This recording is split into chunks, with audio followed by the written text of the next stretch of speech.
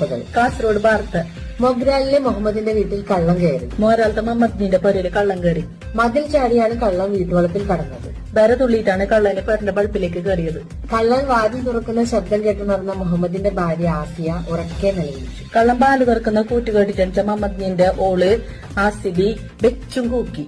നിലവിളി കേട്ട് മുൻവശത്തു കൂടി കയറിയ കള്ളൻ അടുക്കളവാതിലൂടെ ഇറങ്ങിയോടി. കൂക്കുന്ന കേട്ടിട്ടാകുമ്പോ കൊട്ടിൽപ്പറത്തില് കയറിയ കള്ളന് കുച്ചിൽപ്പറത്തില് കിഞ്ഞിട്ട് പാഞ്ഞു. ഓടുന്ന സമയത്ത് അടുക്കളപ്പുറത്തുണ്ടായിരുന്ന ചളിയും പായലും ചവിട്ടി കള്ളൻ വഴുതി. പായുമ്പോ കുച്ചിൽപ്പറത്തില് കുറെ ചീച്ചലും പാമ്പാഞ്ചും പിടിച്ചിട്ടുണ്ടായിരുന്നു. ആടെ ചവിട്ടിയിട്ട് കള്ളന് ചാറിയിട്ട് പോണു. അനക്കം കെട്ടെത്തിയ അയൽക്കാർ കള്ളനെ പിടിച്ച് പോലീസിൽ ഏൽപ്പിച്ചു. അച്ഛനെ കേട്ടിട്ട് വന്ന നരക്കാറ് കള്ളനെ പിടിച്ചിട്ട് പോലീസിന് കൊടുത്തു. ഇനി ജീവനുണ്ടെങ്കിൽ മോഷണം ചെയ്യില്ലെന്ന് കള്ളൻ സ്റ്റേഷനിൽ വെച്ച് സത്യം ചെയ്തു. എനിക്ക് ചേച്ചിട്ടുണ്ടെങ്കിൽ കക്കാൻ പോയാലെന്ന് കള്ളൻ സത്യം പിടിച്ചിട്ട് ചെല്ലി. ചെർക്കളയിലെ അബ്ദുൽ ഖാദറിന്റെ മകൻ യൂസഫ് അന്തരിച്ചു. ചെറുക്കളത്തെ കാഴ്ച യൂസഫ് പോയി 80 വയസ്സായിരുന്നു. 80